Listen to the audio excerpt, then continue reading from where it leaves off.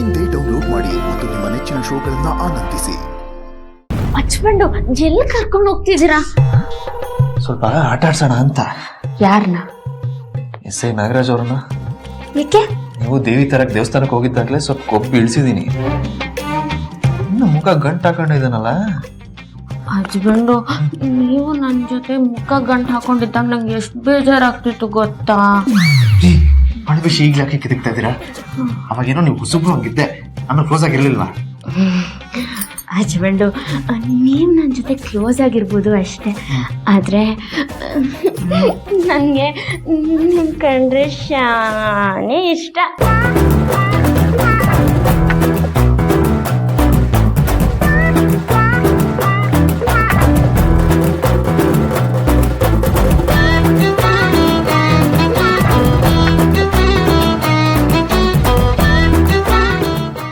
ದೀಪು ಪುಟಿ,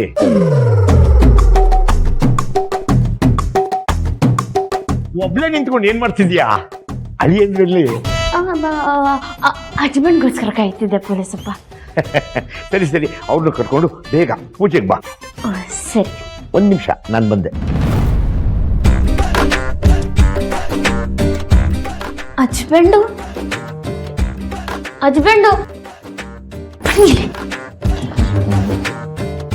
ಅಲ್ಲೇನ್ ಮಾಡ್ತಿದ್ರಿ? ನಿಮ್ಮಪ್ಪ ಬಂದಾಗ ನುಲಿತಿದ್ರೆ ನೀವು. ಅದೆಲ್ಲ ಬಿಡಿ, ಈಗ ಏನ್ ಮಾಡೋದು? ಎಸ್ ಐ ನರಸಿಂಹ ಅವ್ರನ್ನ ನೋಡ್ರೆ ಉರಿದು ಬೀಳ್ತಾ ಇದಾರೆ. ಪಾಠ ಕಲಿಸ್ಬೇಕಲ್ಲ. ಹಿಂಗೆ ಹೋಗಿ ಹಚ್ಕೊಂಡು ಜನ ಎಲ್ಲ ಇದ್ದಾರೆ, ಏನು ಅನ್ಕೊಳ್ಳಲ್ಲ, ಸುಮ್ಮನೆ ಗುಟ್ಟೆ ಹೇಳಕ್ ಕರ್ದಿದ್ ನಾನು. ಅಷ್ಟೇನಾ? ಹೇಳಿ.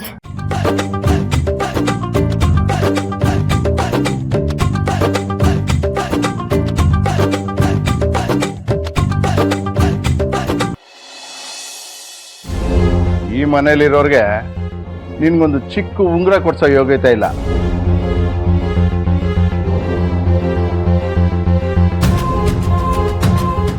ನಿನ್ನಪ್ಪನಾಗಿ ನಾನಿದನ್ ತಂದೆ. ನಿಮ್ಮ ಮಗಳಿಗೆ ಎಷ್ಟು ಕ್ಯಾರೆಟ್ ಡೈಮಂಡ್ ಬೇಕು ಅಂತ ಹೇಳಕ್ ಹೇಳಿ, ಈಗಲೇ ಆರ್ಡರ್ ಮಾಡಿ ತರಿಸ್ತೀನಿ.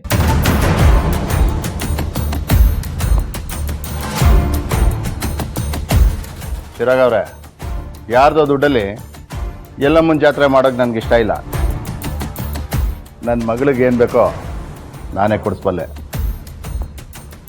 ನಾನಾಗಲಿ ನನ್ನ ಮಗಳಾಗಲಿ ಯಾರ ಮೇಲೂ ಡಿಪೆಂಡ್ ಆಗಿಲ್ಲ.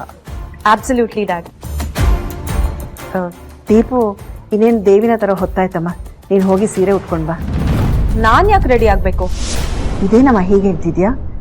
ನೀನು ನರಸಿಂಹ ಸೇರಿ ತಾನೇ ಪೂಜೆ ಮಾಡಬೇಕು.